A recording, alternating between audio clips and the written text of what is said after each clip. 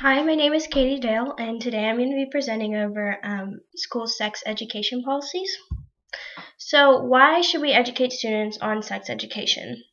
Well, it is important to educate them because over 47% of high schoolers reported that they have had sex in high school. So, we need to educate them in order to prevent pregnancy and STIs. As far as pregnancy goes, the U.S. has the highest teen pregnancy rate in the first world. Over 1 in 4 girls under the age of 20 will become pregnant. This causes teen pregnancy causes issues for both the mother and the child.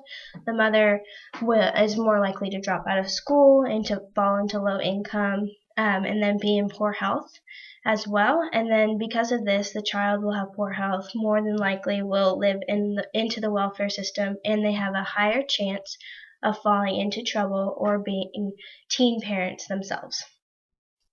STIs are a large national issue, but teens make up over half of STI percentages.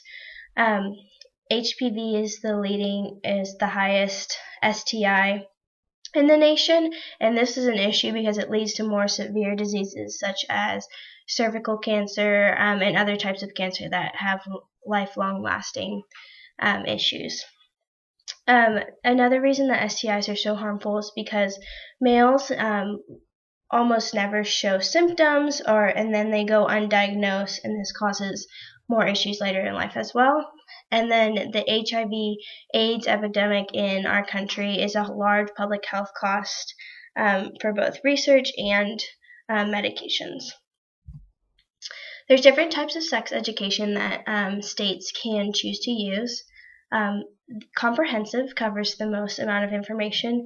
It is education that includes contraceptives, abstinence. It talks about STIs and the consequences, pregnancy, but also communication and relationship skills, because it's shown that students are more interested and curious about the relationship side of having sexual behaviors than the actual physical side. And then it is a state-by-state decision on whether or not to educate on HIV and AIDS. Another type of sex education is teaching abstinence only.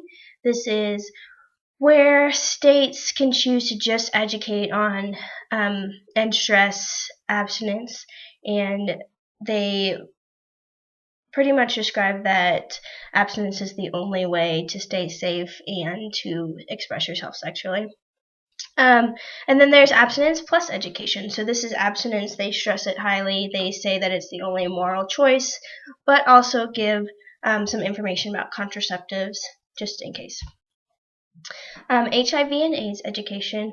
This is backed by the National HIV and AIDS Strategy, which is a national-wide campaign to promote HIV and AIDS and prevention and how to take care of yourself after if you are infected. This is a state-level decision, so 22 states mandate both sex and HIV education. This education reviews how HIV is transmitted and behaviors to avoid infection. It also encourages reducing the number of partners you have and condom use in all sexual behaviors. Education on a national level. So what does this look like across the nation? 24 states mandate sex education only. 34 states mandate sex and HIV education. Out of these 34 states, 12 of these states only mandate HIV education, and sex education is optional by county. 27 states require that programs, if utilized, must meet requirements. So in these states, they don't require sex education, it's optional by county, but they must meet general requirements such as medical accuracy. It was surprising to me to find out that only 13 states require that information be medically accurate. So out of 50 states, only 13 of them give medically sound information or require that it be medically sound. And then 22 states require parents to be notified if school starts sex education. 36 of these states allow parents to withdraw their kids from education, which we'll talk about a little bit later. It comes into play a lot when talking about religious beliefs. The medical accuracy policy, like I stated before, only 13 states require that their information be medically sound. These states must adhere to the laws to keep their sex and HIV education accurate and up to date. In Oklahoma, all education on AIDS must be approved and updated by the State Department of Health. So looking at this across different states, Oklahoma we think of as a more conservative state. There's no required sex education. It's pretty frowned upon when it comes to policy, but some counties do offer it. However, in all of these counties, students can opt themselves out of the education. HIV education is required, and it must be medically sound. Also, being in a more conservative state, education must stress abstinence pretty hardly when in comparison to some states where abstinence just must be covered. Texas, a state close to us, does not have any required education as well, but if programs exist, they must be deemed age appropriate. They cover avoiding corrosion and communication and relationship skills as well, and there's no HIV and AIDS programs right now, but they're developing. The policy is that they are working on developing them. In California, a more liberal state, they pretty much check all the boxes when it comes to sex and HIV education. Both are required. It must be age appropriate and medically correct, and it has to cover sexual orientation, avoiding corrosion, and communication and relationship skills. It is one of the 2 states in the entire nation that mandate that a program cannot promote religion. So in the other 48 states, religion can be put in as a part of it, which you see a lot in the abstinence-only education programs. When talking about sex education, if you're an educator or talking about policy, there's many arguments against it. One argument is that sex education encourages students to have sex. This is not true because education has shown to delay students in the age that they have sex and reducing the number of partners that they have. Education programs are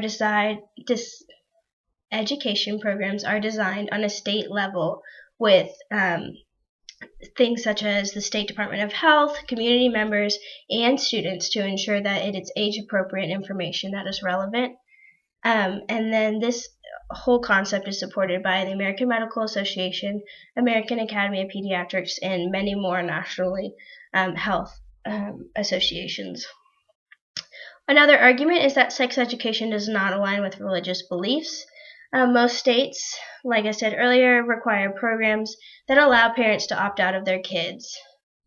And another argument is just that parents are uninformed with the correct information. So they just need to be informed of what the education consists of, and then when parents have that information, they're more likely to be in favor of it. 38 states mandate that school districts involve parents in sex education and or HIV education. So if the state themselves does not require that the school uses this education, they do require that they send home things and that parents have that talk with their children and set them up with anything from like when to have the conversation and how's the best way to do it.